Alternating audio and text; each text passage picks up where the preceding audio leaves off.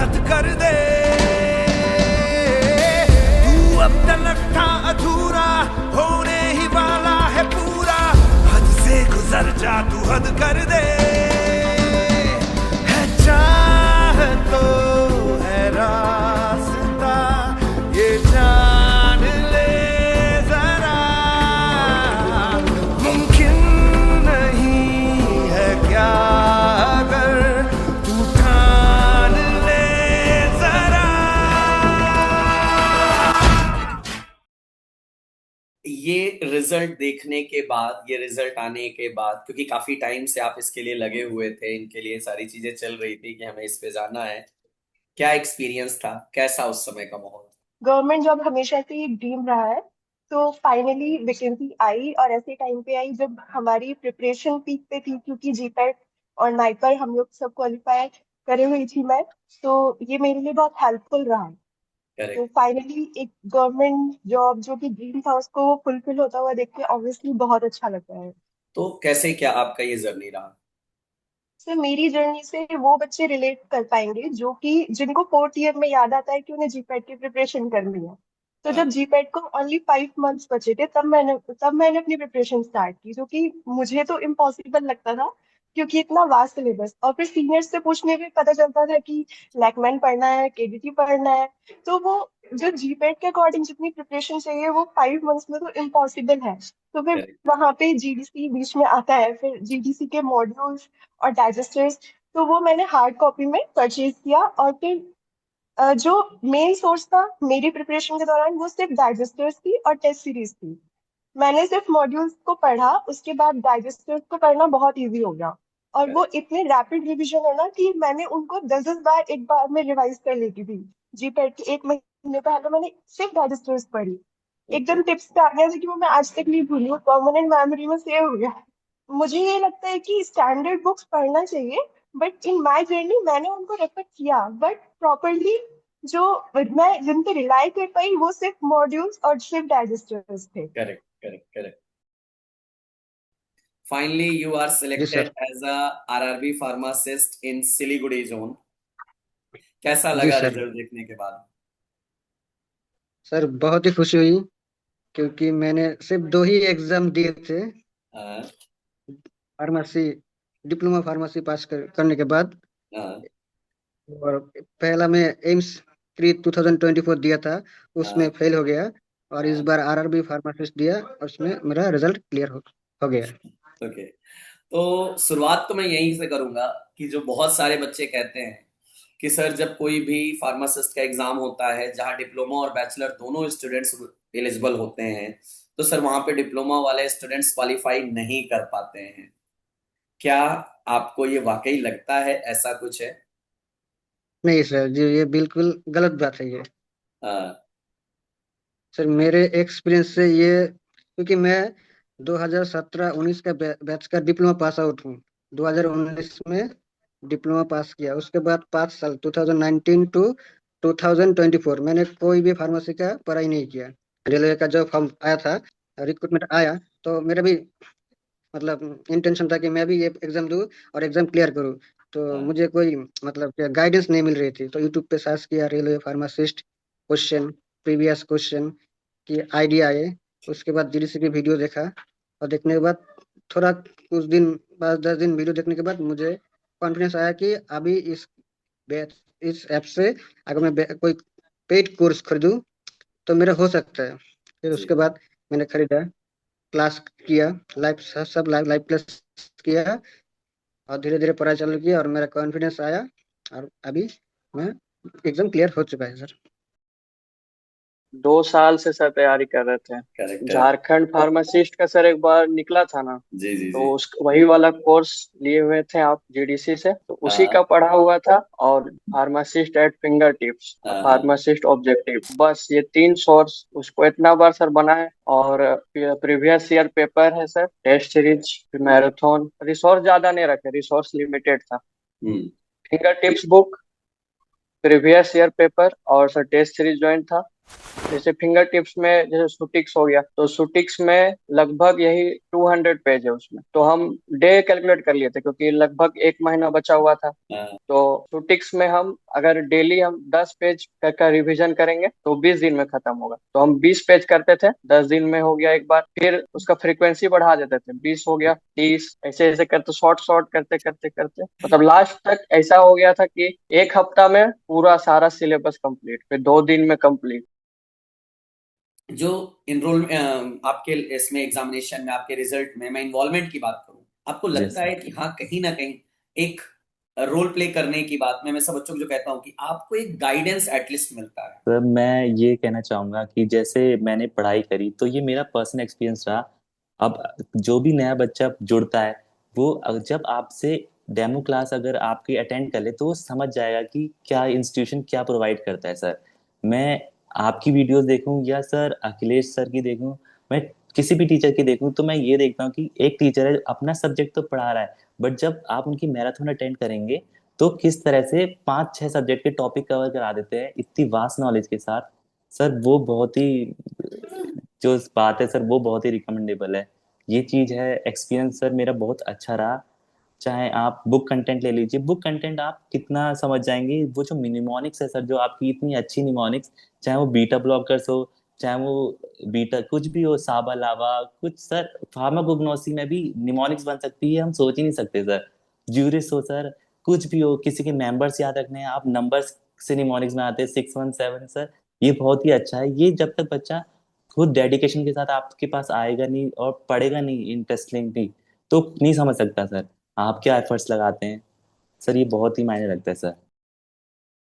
मैं अब यहाँ पे थोड़ा सा आऊंगा, आपने बैचलर्स किया, बैचलर्स के बाद ये पहला एग्जाम नहीं होगा जिसको आपने दिया नहीं होगा, सर। इसमें बहुत से एग्जाम्स आपने दिए होंगे गवर्नमेंट के। जी सर।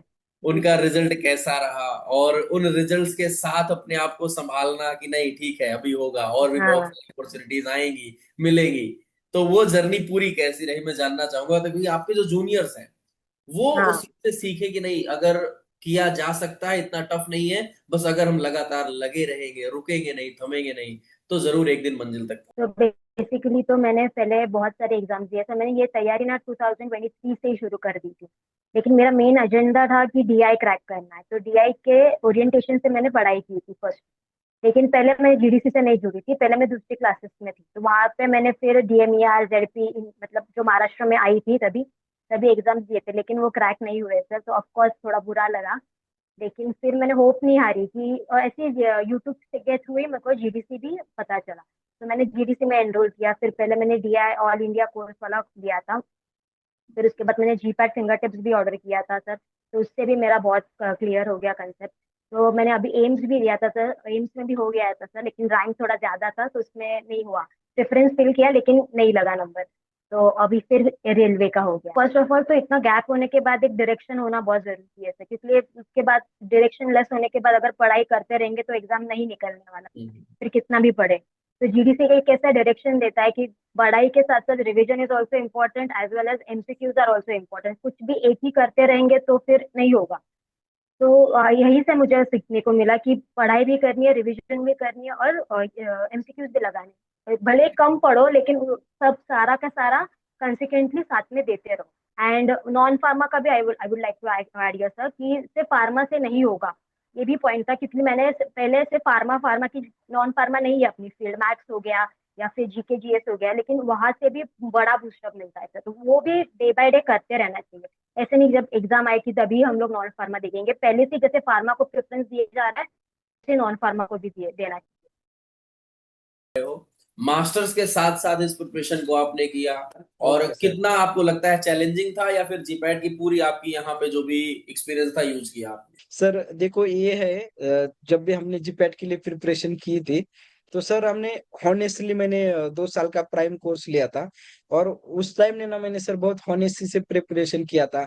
जो आपके क्लासेस है, अभिषेक सर के क्लासेस है, जो भी पीयूष सर के क्लासेस है, वो मैंने लाइव अटेंड करे थे। जो भी है हर रोज नोट्स निकालना है, उसका एग्जाम देना है, एमसीक्यू निकालना है, उसका एनालिसिस करना है, कहाँ पे गलती करना है। और आपने बताया था कि जो गलती का है वो अलग नोटबुक रखो, तो वही आज भी मेरे पास वही है, ये पैड्स का नोटबुक जो आपने जैसे सजेस्ट किया था वैसे सर उसको मेंटेन किया।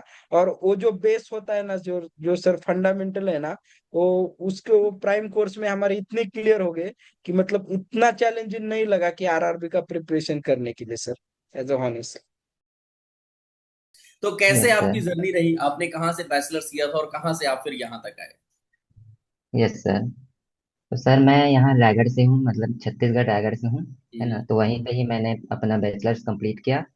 और उसके बाद में मैंने जीपेट वगैरह का प्रिपरेशन किया था। उसके बाद में ठीक आरआरबी की वैकेंसी आई थी, तो उसके बाद में मैंने इसका प्रिपरेशन चालू करने का सोचा।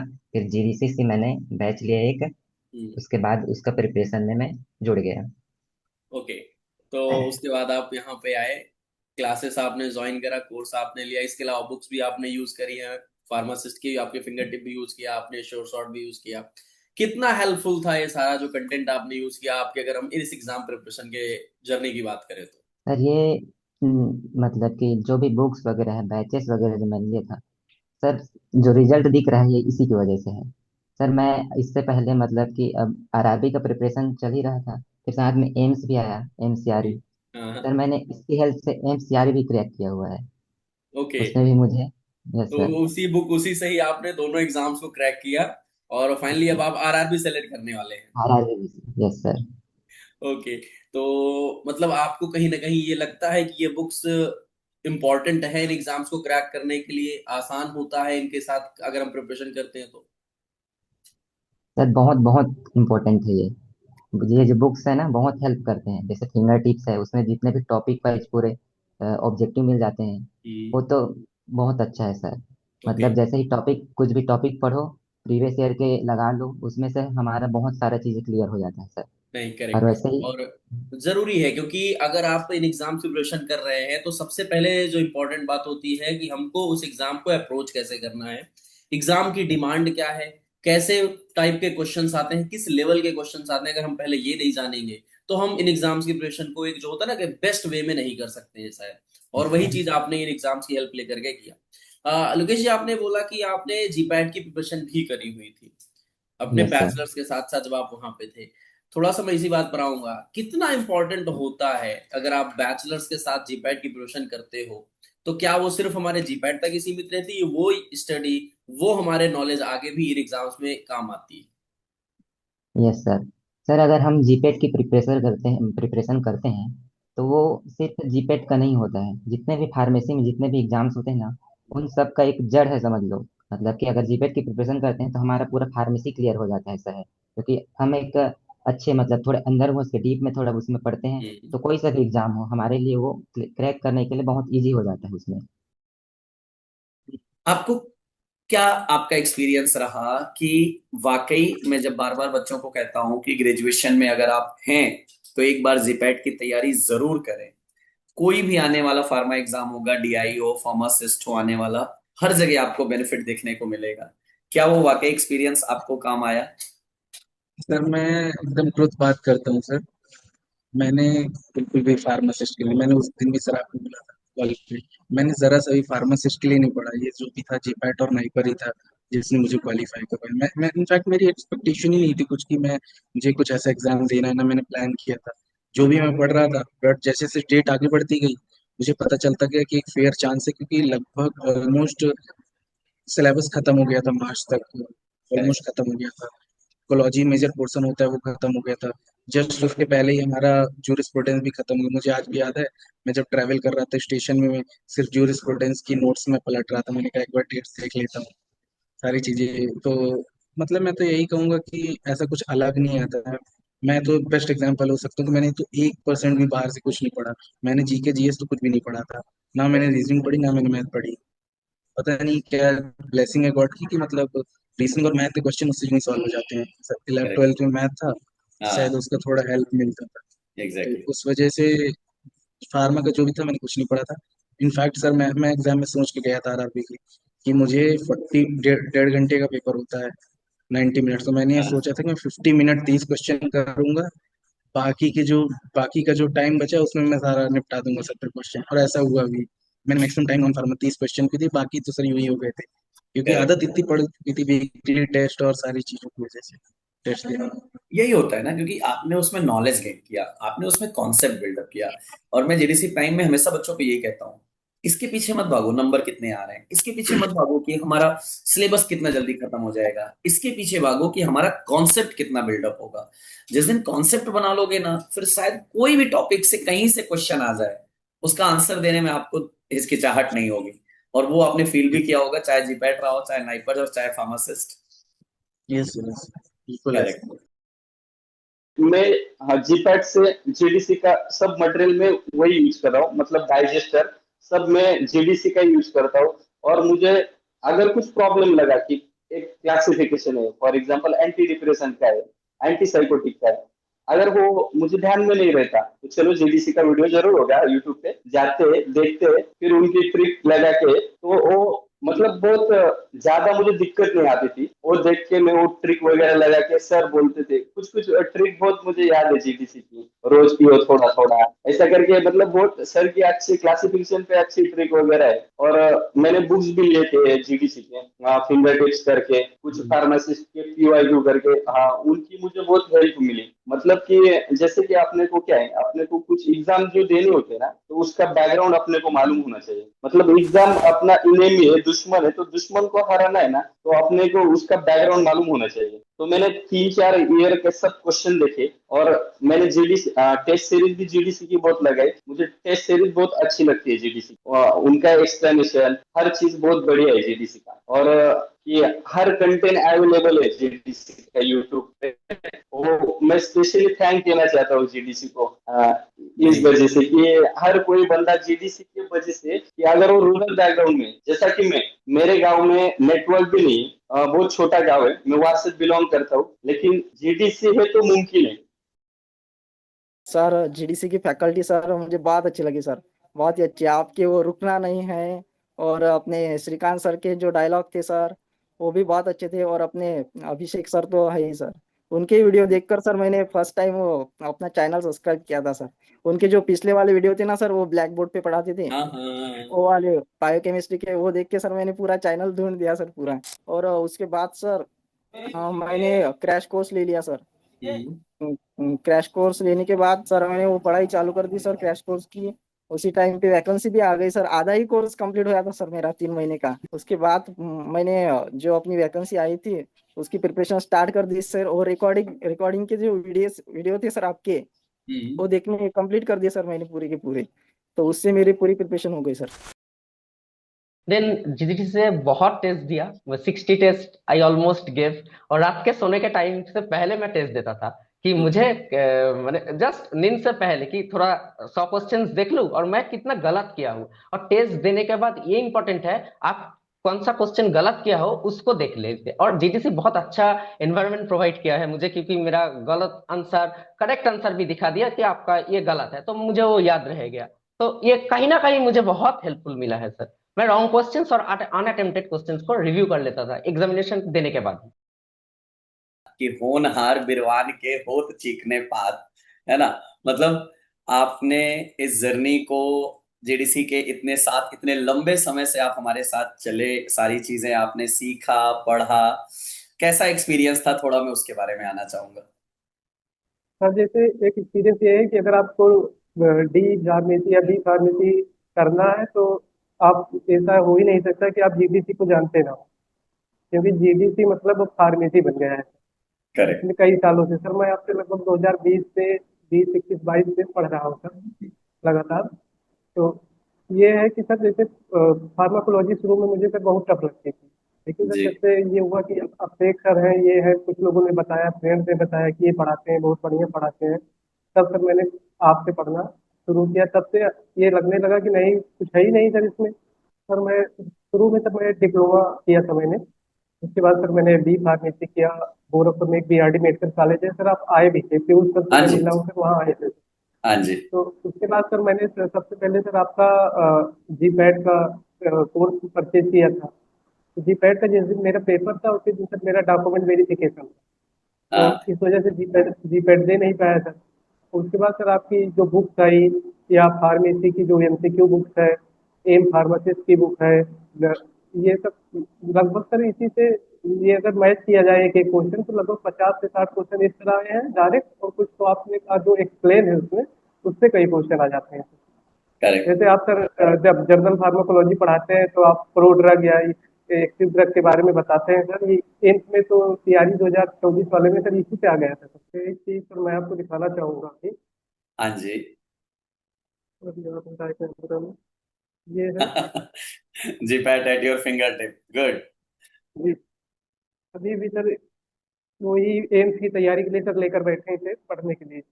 ओके। अच्छा, मतलब अभी भी मतलब हमारा जारी है जर्नी, है ना? और लगभग कई बुक्स मैंने आपसे परचेज किए हैं, तो कई बुक्स खरीदे और सबसे रिजल्ट भी बढ़िया मिला। हाँ, सर आप जो एमसीक्यू सीरीज चलती है, अभी आपका सर एम्स वाला चल रहा है, उसमें भी सर मैंने कोर्स लिया हुआ है एमसीआरई वाला, ओके। उसकी भी तैयारी सर कर रहे हैं। एमसीआरई के कोर्स में एनरोलमेंट के साथ मतलब चल रहा है लगातार कि हाँ, सिलेक्शन लेना है और अचीव करके हमें दिखाना है, तो फाइनली ये तो हमें मिल ही गया। जी सर, बैचलर किया सर। बैचलर्स के बाद आपने डिसाइड किया होगा कि हाँ, जीपैट या इन एग्जाम्स की प्रिपरेशन करनी है, तो कहाँ से आपने डिसाइड किया था, कब आपने डिसाइड किया था, और आपका फार्मेसी के साथ ही कैसा अब तक का कैसी जर्नी रही, थोड़ा मैं इस पर आना चाहूंगा। जी सर, मैंने सर 2022 में अपना बैचलर्स कंप्लीट किया था महात्मा ज्योतिबा फुले रोहिलखंड यूनिवर्सिटी बरेली से किया था। उसके बाद जब मैं कंप्लीट कर लिया, उसके बाद मैं सोचा क्या करना है मेरे को, कि मेरे पास ऑप्शन थे हॉस्पिटल करने का, इंडस्ट्री में जाने का और शॉप ओपन करने का। तो मैंने स्टार्टिंग तो मैंने एक हॉस्पिटल ज्वाइन करने से किया था, पर वहाँ पे मुझे जॉब पसंद नहीं आया तो मैं छोड़ दिया, और 6 महीने जॉब कर किया मैंने। उसके बाद मैंने दूसरी कंपनी में इंडस्ट्री में ज्वाइन कर लिया मैंने, और अभी वहीं पे जॉब कर रहा हूँ मैं। और उसके बाद सर जब मेरा 2024 में अप्रैल में करीब जब मेरा रजिस्ट्रेशन आया, तब मैंने सोचा कि अब मुझे तैयारी करना है सरकारी नौकरी का। और तब से मैंने यूट्यूब पे सर्च किया टीचर्स के बारे में, कोचिंग्स के बारे में, तो जीडीसी मिला और भी कोचिंग मिले हमको। और उसके बाद जीडीसी मेरे लाइफ में आया, और समझिए कि तब से अच्छा चल रहा है सर सब कुछ। उसके बाद से चीजें थोड़ी आसान हो गई, उसके बाद आप यहाँ तक पहुंचे।